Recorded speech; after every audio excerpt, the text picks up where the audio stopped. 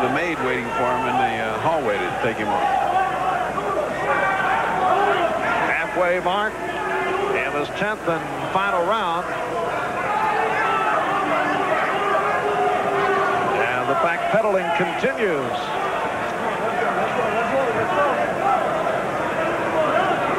This would have been a good fight to back into a pacifist convention. A bunch of people don't like to really see fighting should come to see this fight. As a result of the Ocasio bicycle, Qawi has not been able to get much going, has not been able to line anything up, not landed flush.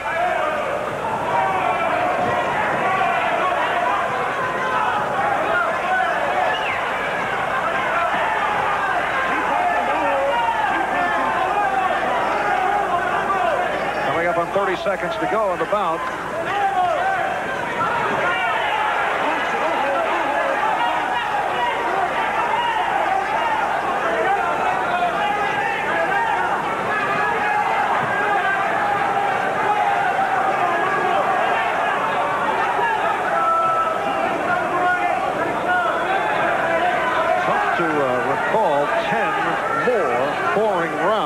Than this one.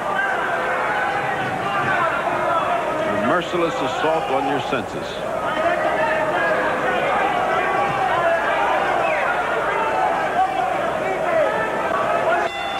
And that is it. Judge Patricia Jarman scores the bout. 95 Qawi, 95 Ocasio.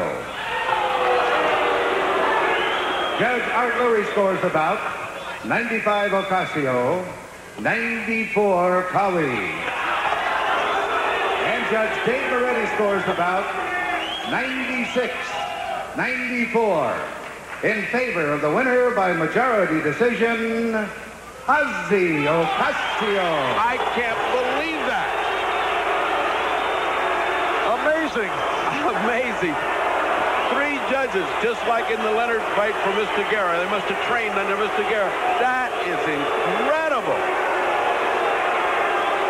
That is the most incredible decision I think I have seen in my entire time in boxing. The crowd in disbelief. We have had some strange decisions here in Las Vegas, but this one is a Hall of Fame. We just got through saying they should clip some money off his purse, and they give him the decision.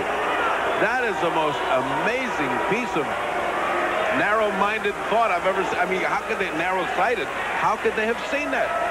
Ocasio quickly leaving before an interview is given.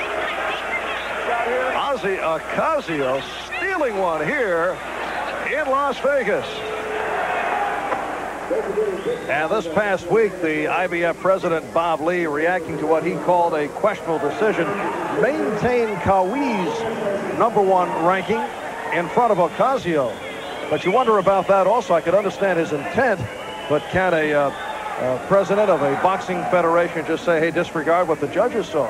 Well, I don't think he said that exactly. It's their opinion, a poll, or not a poll, but their ratings are their opinion of where he should be. It's not exactly automatic. If a guy beats a guy, he goes over him in the poll, especially if it's highly questionable. I also felt the same way, by the way. I said, how is it possible that someone in a commission would overlook a win?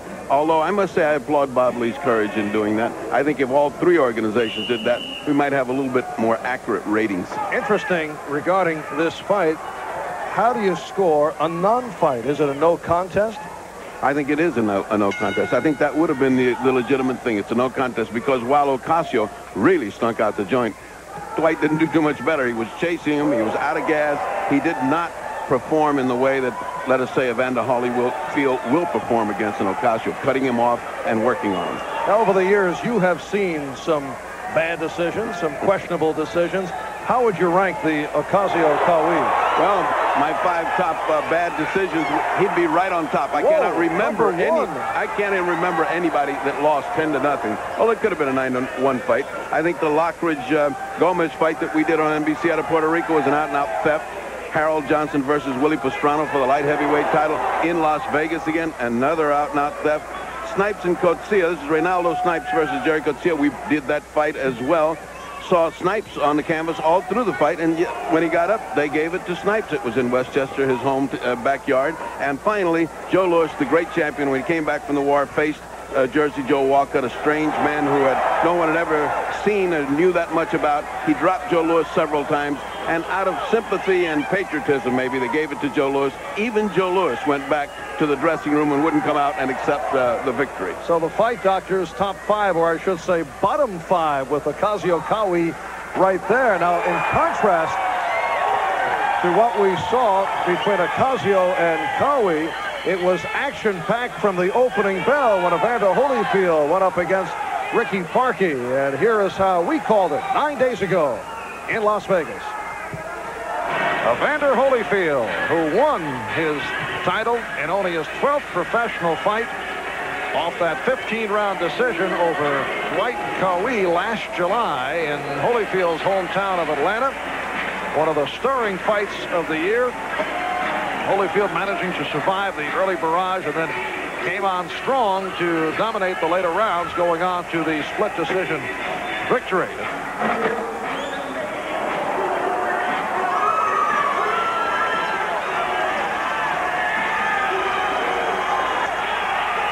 And now Ricky Parkey is making his way with his son Toby, who you met earlier, holding the IBF Cruiserweight Championship belt.